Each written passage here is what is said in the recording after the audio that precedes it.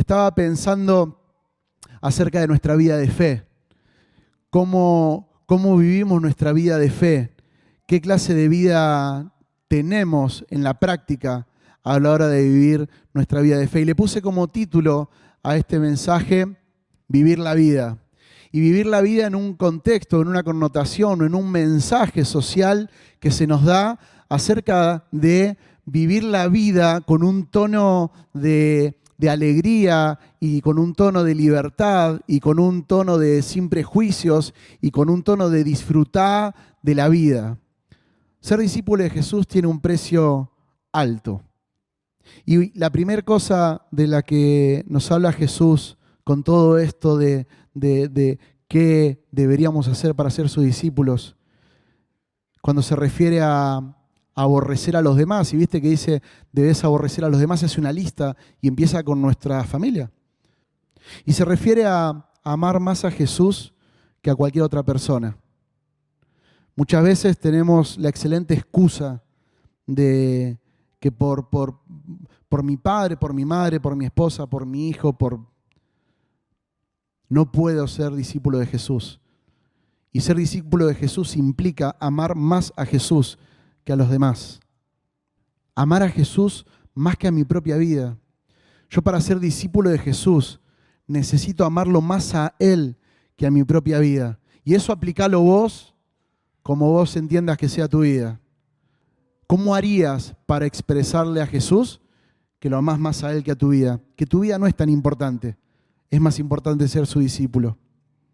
Tercero, estar dispuesto a morir por Jesús. ¿Viste cuando dice, recién lo leímos, que dice cada uno tome su cruz cada día y sígame?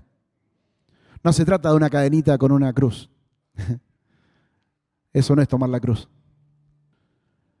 Tomar nuestra cruz es morir cada día. Morir cada día. Fíjate cómo todo tiene el mismo sentido. Todo apunta hacia el mismo lugar. Todo apunta hacia el mismo lugar. Todo tiene que ver con Él y no conmigo. Todo tiene que ver con qué es más importante Él, su causa, sus propósitos, sus principios y no los míos. Cuarto, considerar el costo. Acércate al Señor, recibí a Cristo, Él no te pide nada a cambio. Eso es una mentira garrafal, lo acabamos de leer. Porque al contrario de esa frase, Dios nos pide todo a cambio. Ni siquiera un poco, sino todo. Entonces Jesús nos propone sentarnos y calcular el costo. Quinto, dejar a un lado mis posesiones.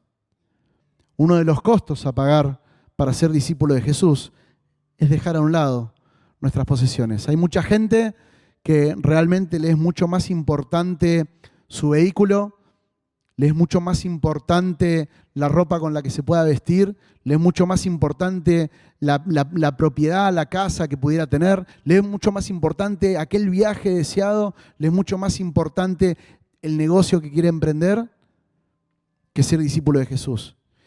Y ser discípulo de Jesús no significa todo esto, no. Ser discípulo de Jesús significa todo esto, tal vez.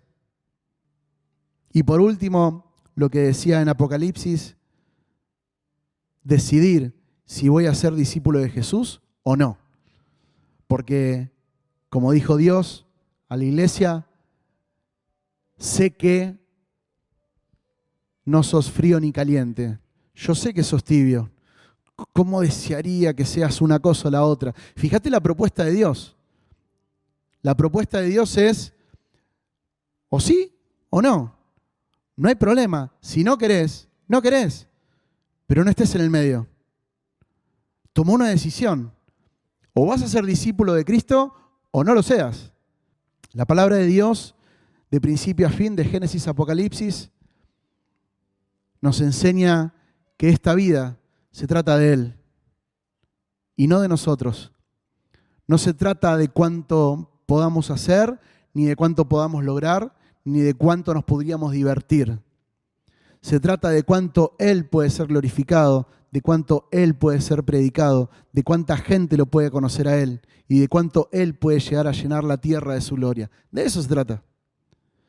Entonces, con ese pensamiento en mente, te pregunto, ¿estás dispuesto a ser discípulo de Jesús?